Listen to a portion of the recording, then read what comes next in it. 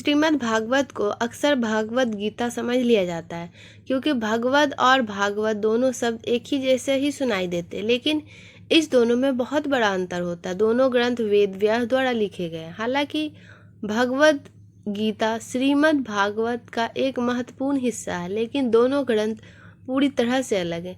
इस युग के बहुत से लोग वैदिक ग्रंथों या हिंदू धर्म ग्रंथों के बारे में ज़्यादातर नहीं जानते। इस पीढ़ी के बीच एक आम भ्रम भगवत गीता और भागवत गीता के बीच अंतर को लेकर है। श्रीमद् भागवत को आमतौर पर भगवत गीता के समान ही समझ लिया जाता है।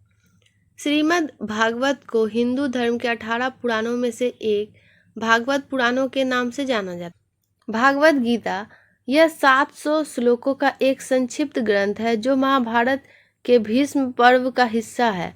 यह अर्जुन और भगवान श्री कृष्ण के बीच संवाद के रूप में प्रस्तुत किया गया है। श्रीमद् भागवत यह एक विस्तृत ग्रंथ है जिसमें 12 स्कंद खंड और 18,000 श्लोक है। यह मुख्य रूप से भगवान श्री कृष्ण के जीवन और लीलाओं का वर्णन करता है।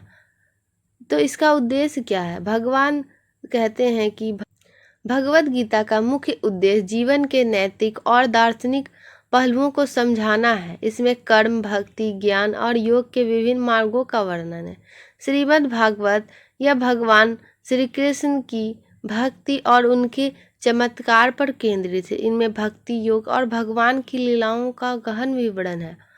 भगवत गीता भक्ति को एक मार्ग के रूप में प्रस्तुत करता है, लेकिन इसमें ज्ञान और कर्म का भी महत्वपूर्ण स्थान है। श्रीमद् भगवत गीता भक्ति का एक उच्चतम स्तर प्रस्तुत करता है जिसमें भगवान की पूर्ण भक्ति और उनके प्रति समर्पण का वर्णन है।